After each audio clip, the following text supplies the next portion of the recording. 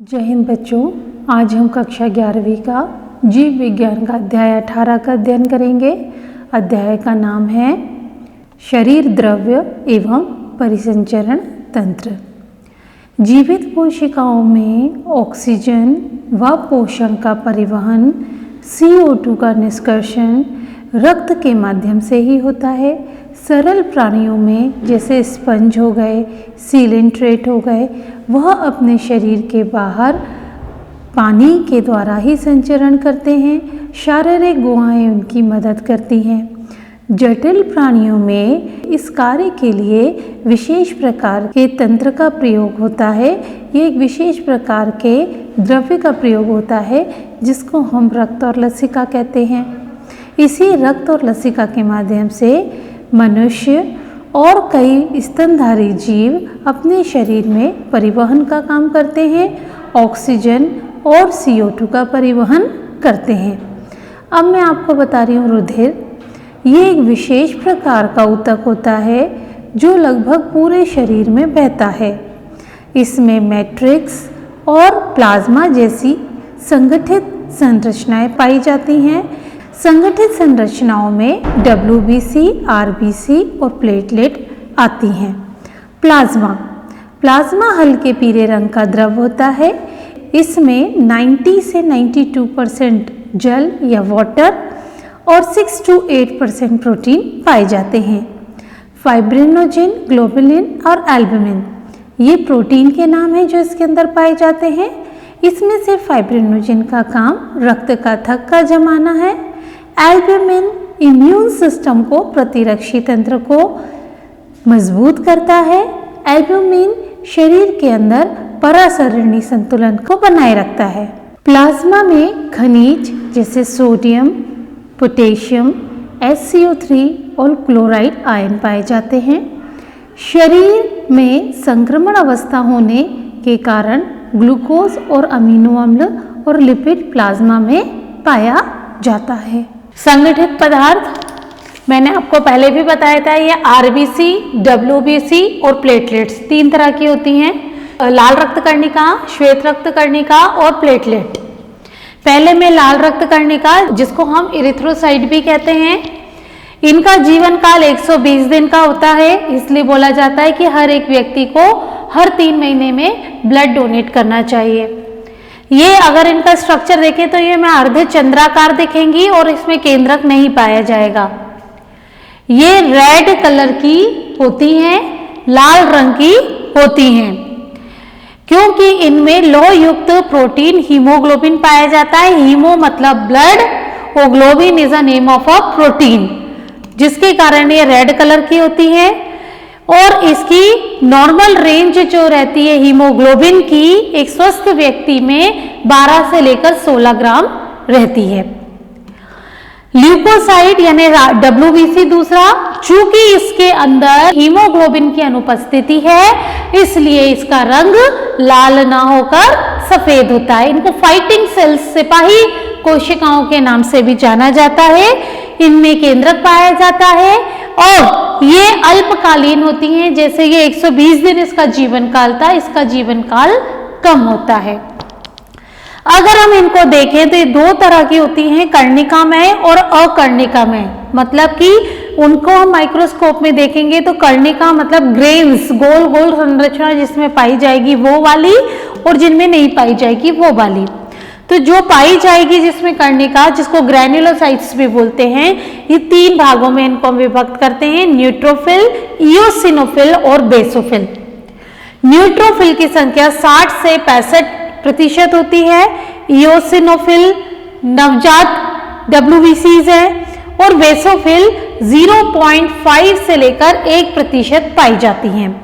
जब आप किसी भी संक्रमित या किसी भी व्यक्ति जिसकी तबीयत ठीक नहीं है उसका बायोकेमिस्ट्री टेस्ट कराते हैं, जब ब्लड का CBP कराते हैं, तो उसमें आप इन सारी चीज़ों के बारे में व्याख्या देखेंगे कि नॉर्मल रेंज क्या होती है और उस व्यक्ति के ब्लड में वो क्या निकली है। नॉर्मल रेंज होने पर यदि व्यक्ति के ब्लड से मैच कर रही है वही रेंज, यानी वो स्वस्थ है। अदर कोई विकृति आती है तभी इनमें अंतर आता है।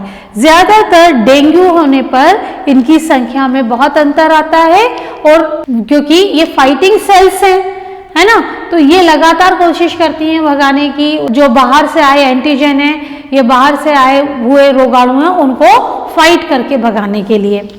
अगला आता है प्लेटलेट, जिसका क्या नाम है, थ्रोम्बोसाइट्स। थ्रोम्बोसाइट्स जो रहती हैं वो रक्त में थक्का जमाने का काम करती हैं। थक्का जमाना मतलब होता है ब्लड के अंदर क्लॉटिंग करना। जब कभी हम गिर जाते हैं, हमारा एक्सीडेंट हो जाता है, लग जाती है, तो आप देखते हैं कुछ समय बाद उसमें अपने आप ही एक जमाव इकट्ठा हो जाता है, वो प्लेटलेट के कारण होता है। जब व्यक्ति के अंदर ल्यूकेमिया नाम की बीमारी होती है, जो कि जन्म के साथ ही होती है, उस व्यक्ति की प्लेटलेट में प्रॉब्लम रहती है, तो उसका ब्लड में थक्का नहीं जमता। ऐसे व्यक्ति का ब्लड लॉस होने पर तुरंत उसको डॉक्टर के पास ले जाना पड़ता है। ये मेगा कैरियोसाइट के टुकड़ों के विखंडन से बनती है। ये रक्त में 1.5 से 3.5 लाख mm पाई जाती है और रुधिर का थक्का जमाने के लिए मदद करती है। लसिका, जिसको लिम्फ कहा जाता है, रक्त जब टिश्यू की सेल यानी ऊतक की कोशिका से होकर निकलता है या गुजरता है, तो बड़े प्रोटीन अणु एवं संगठित पदार्थ मतलब आरबीसी, डब्ल्यूबीसी और प्लेटलेट को छोड़कर रक्त से जल एवं जल में घुलनशील पदार्थ कोशिका से बाहर निकल जाते हैं। इस तरल को हम ऊतक द्रव के नाम से जानते हैं। यह प्लाज्मा के समान खनिज लवणों से भरा हुआ रहता है। ब्लड यानी रक्त और सेल के बीच पोषक तत्व और गैसों का आदान प्रदान इसी द्रव के माध्यम से होता है। चूंकि वाहिकाओं का विस्तृत जाल पूरे शरीर में फैला रहता है, अतः इस तंत्र को हम लसिका तंत्र कहते हैं। अंग्रेजी में इनको लिम्फेटिक सिस्टम के नाम से जाना जाता है। इसमें उपस्थित द्रव जो है वो लसिका कहलाता है। ये रंगहीन होता है। इसमें विशेष प्रकार की लिम्फोसाइट पाई जाती हैं, जो हमारे इम्यून सिस्टम को बूस्ट करने के लिए, उसको मजबूत बनाने के लिए उत्तरदायी होती हैं। लसिका पोषक पदार्थ, हार्मोन आदि के संवहन के लिए अति महत्वपूर्ण है। आंत की अंकुर में उपस्थित लैक्टियल वसा को लसिका द्वारा ही अवशोषित किया जाता है।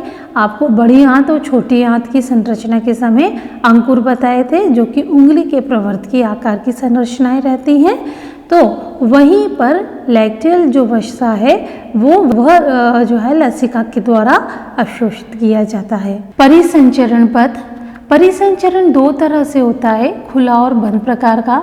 खुला परिसंचरण तंत्र ऑर्थोपोडा और मोलस्का में पाया जाता है, जिसमें हृदय द्वारा रक्त को रक्त वाहिकाओं में पंप किया जाता है और यह रक्त स्थान यानी कोटरों में खुलता है। ये कोटर जो है वास्तव में देहुआ ही होती हैं। एनिलिडा और कशेरुकी में बंद प्रकार का परिसंचरण तंत्र होता है, जिसमें हृदय से रक्त का प्रवाह एक दूसरे से जुड़ी रक्त वाहिनिकाओं के जाल के द्वारा होता है। इस तरह का रक्त परिसंचरण पथ ज़्यादा लाभदायक होता है, क्योंकि इसमें आसानी से रक्त का प्रवाह को नियमित किया जा सकता है। सभी कशेरुकी में कक्षों का बना हुआ पेशियों का हृदय होता है। मछली का हृदय 2 कोश का, जिसमें एक आलिंद, एक निलय मतलब एक ऑरिकल और एक वेंट्रिकल होता है। उभयचर मतलब एम्फीबियन और रेप्टाइल्स मगरमच्छ को छोड़कर बाकी सारे रेप्टाइल्स का हृदय 3 कक्षों का बना रहता है। इसमें 2 ऑरिकल और एक वेंट्रिकल होता है, जबकि मगरमच्छ, पक्षी और स्तनधारियों का हृदय 4 कक्षों का बना होता है, जिसमें 2 ऑरिकल और 2 वेंट्रिकल मतलब 2 आलिंद और 2 निलय होते हैं। मछलियों में हृदय में डीऑक्सीजनेटेड रुधिर को ब्लड को बाहर को पंप किया जाता है और ग्लोम यानी गिल्स द्वारा ऑक्सीजनेट होकर ये शरीर के पूरे भागों में पहुंचता है। वहां से डीऑक्सीजनेटेड रक्त हृदय में वापस आता है। इस क्रिया को हम एकल परिसंचरण कहते हैं। उभयचर मतलब एम्फीबियन और रेप्टाइल्स में बायां मतलब लेफ्ट ऑरिकल क्लोम या फेफड़ों या त्वचा से ऑक्सीजन युक्त रक्त को प्राप्त करता है और फिर दाहिना मतलब राइट ऑरिकल शरीर के दूसरे भागों में वी ऑक्सीजनस मतलब डीऑक्सीजनेटेड ब्लड को प्राप्त करता है, लेकिन वे रक्त को निलय मतलब कि वेंट्रिकल में मिश्रित कर बाहर की ओर पंप करते हैं। इस क्रिया को हम अपूर्ण दोहरा परिसंचरण तंत्र कहते हैं।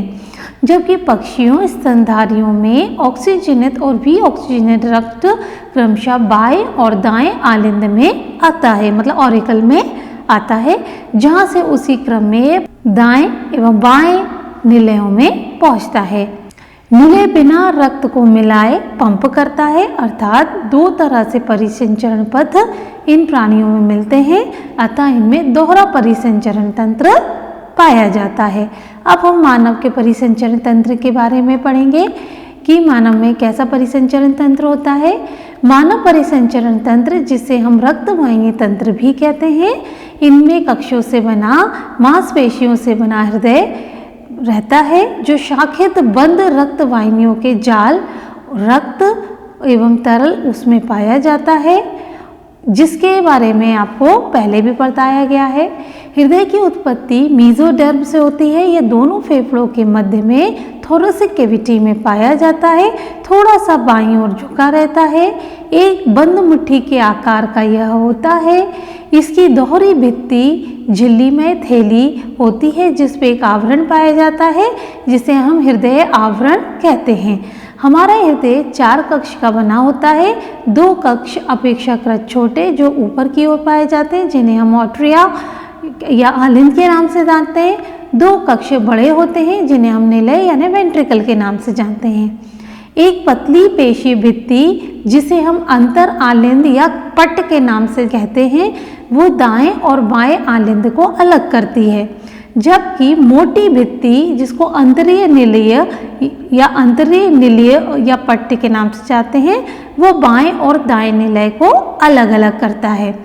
अपनी अपनी ओर आलिंद और निलय एक मोटे रेशी ऊतक, जिसे कि आलिंद निलय पट्ट द्वारा पृथक करते हैं।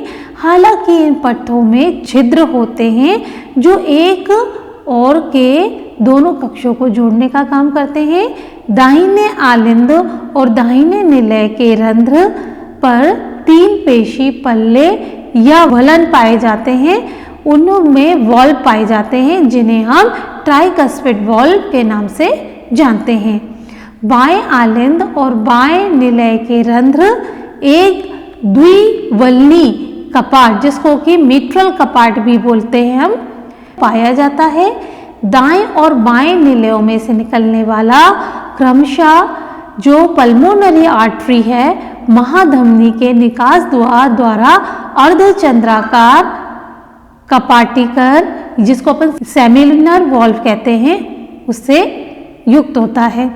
हृदय के कपाट रुधिर को एक ही दिशा में जाने देते हैं, अतः आलिंद से निलय और निलय से पल्मोनरी वेन यानी महाधमनी की ओर कपाट वापसी या उल्टे प्रवाह को रोकने का काम करते हैं। हृदय पेशियों का बना होता है। निलय की जो भित्ति रहती है यानी वेंट्रिकल की जो भित्ति रहती है और ऑरिकल की भित्ति से बहुत मोटी होती है, क्योंकि इसमें विशेष प्रकार की पेशियां होती हैं और उनका एक विन्यास होता है, जिसे हम नोडल ऊतक कहते हैं। ये हृदय में पाया जाता है। इस ऊतक का एक धब्बा दाहिनी आलिंद के दाहिनी ओर ऊपर स्थित रहता है, जिसे हम साइनो आर्टरियल नोड, जिसको SAN कहते हैं। इस ऊतक का दूसरा पिंड दाहिने आलिंद के नीचे की ओर कोने पर आलिंद निलय पट के पास स्थित होता है, जिसे हिंदी में आलिंद निलय पर्व, इंग्लिश में आर्टरियोवेंट्रिकुलर नोड यानी AVN कहते हैं। नोडल रेशे का बंडल होता है, बहुत सारे रेशों का बंडल होता है, जिसे हम AB बंडल कहते हैं।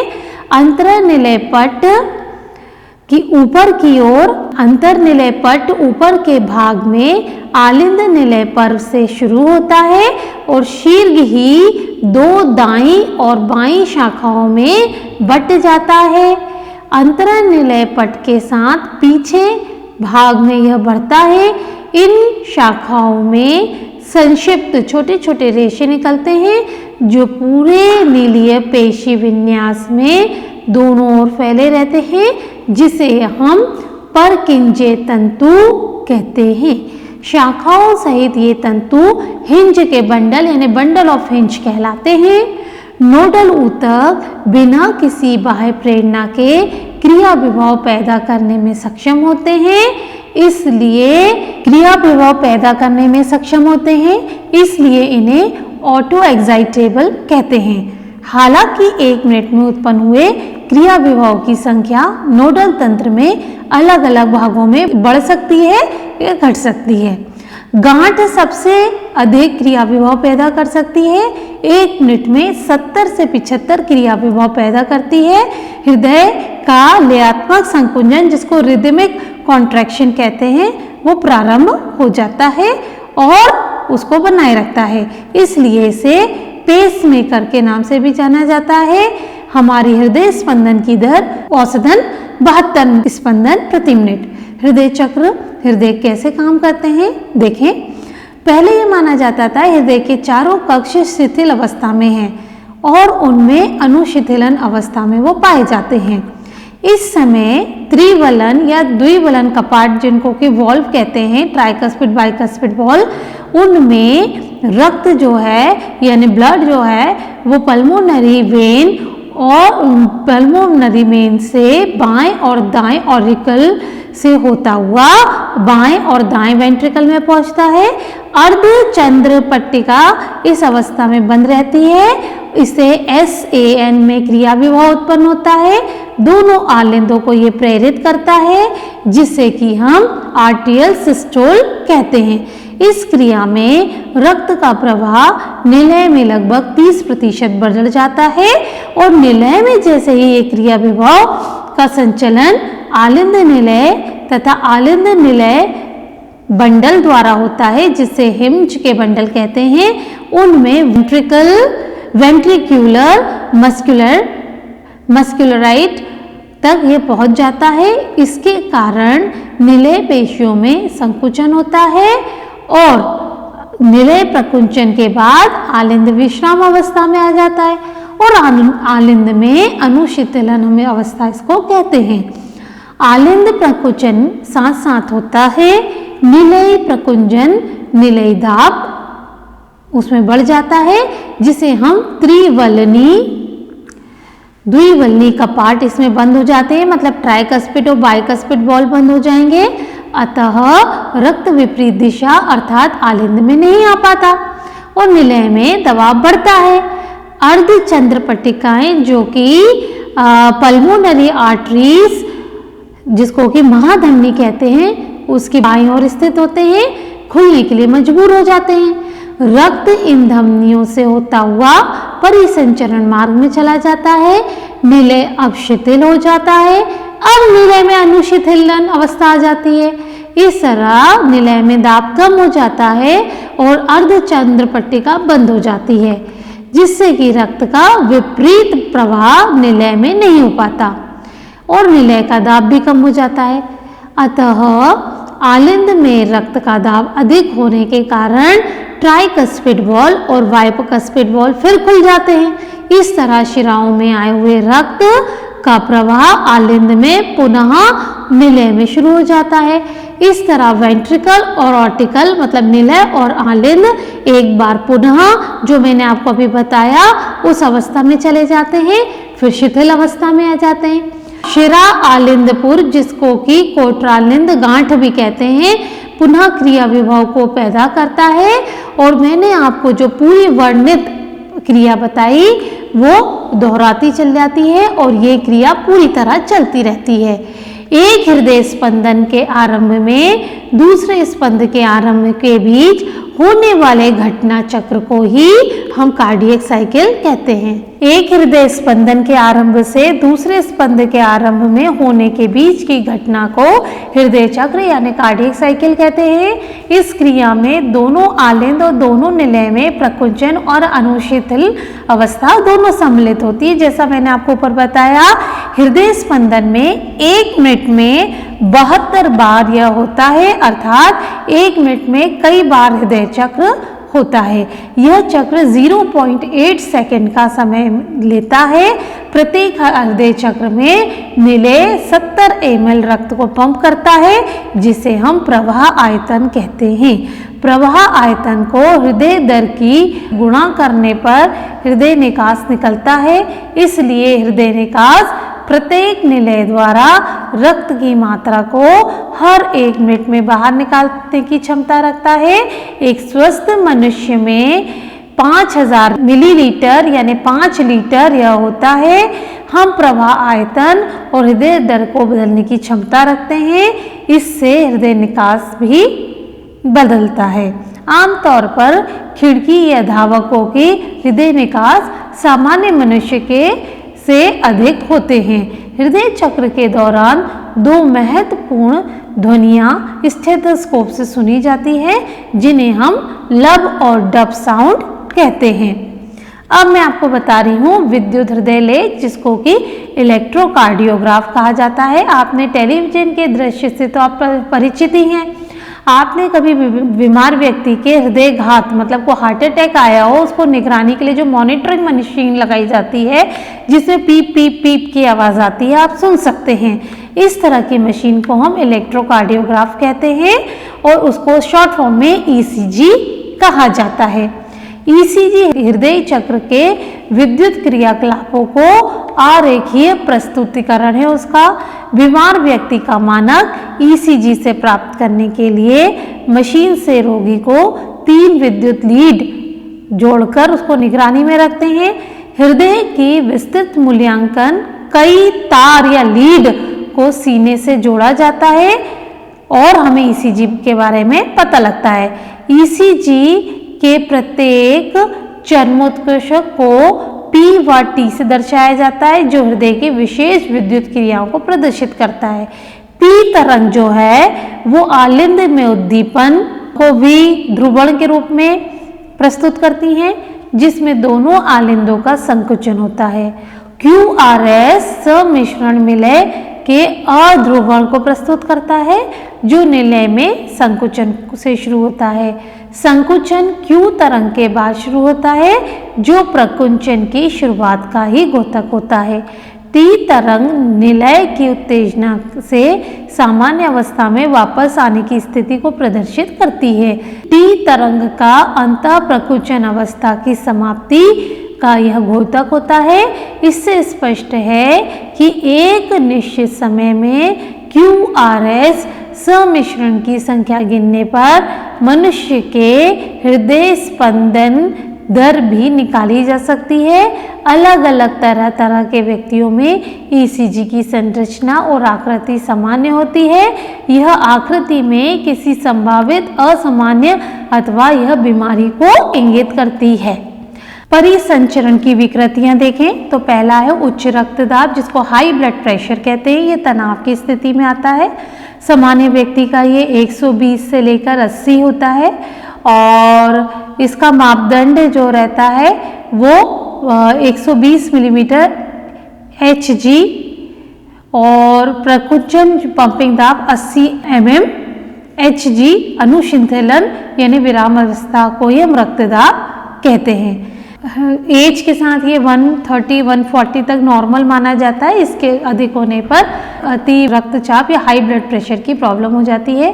दूसरा हृदय धमनी रोग, जिसको कैड के नाम से जानते हैं। ये जो है एरिथ्रोसर्कोसिस के रूप में इसको संदर्भित किया गया है, बताया गया है। इसमें हृदय की पेशी जो है रक्त की आपूर्ति करने वाली वाहिकाएं प्रभावित हो जाती हैं, उनमें कैल्शियम वसा जम जाता है और वह सक्रिय हो जाती हैं। एंजाइना को एंजाइना पेक्टोरिस भी कहते हैं। इसमें हृदय की पेशी में पर्याप्त ऑक्सीजन नहीं होती, जिससे सीने में दर्द की स्थिति आ जाती है। ये ज़्यादातर वृद्धावस्था में होती है। यह रक्त प्रवाह सही ना होने के कारण भी होती है। अब आता है हार्ट फेलियर। ये हृदयपात वह अवस्था होती है जिसको हार्ट फेलियर कहते हैं, जिसमें हृदय के अलग अलग भागों में आवश्यकता अनुसार अनुपूर्ति या आपूर्ति नहीं होती है। कभी कभी हम इसको माइनर अटैक भी कहते हैं, क्योंकि इसमें जो आपके पल्मोनरी का जो संकुलन है वो सही से नहीं हो पाता है। तो बच्चों, आज मैंने आपको रुधिर परिसंचरण तंत्र के बारे में बताया। हृदय कैसे गति करता है, हृदय के अंदर कैसे काम होता है, उसके अंदर कौन कौन से पार्ट्स होते हैं, दोहरा परिसंचरण तंत्र क्या है, खुला परिसंचरण तंत्र क्या है, बंद परिसंचरण तंत्र क्या है, परिसंचरण तंत्र से संबंधित क्या क्या बीमारियां होती हैं। अब आपको मैं गृह कार्य के कुछ प्रश्न दे रही हूँ, उनको हल कीजिए, इससे आपको परीक्षा में मदद मिलेगी। धन्यवाद।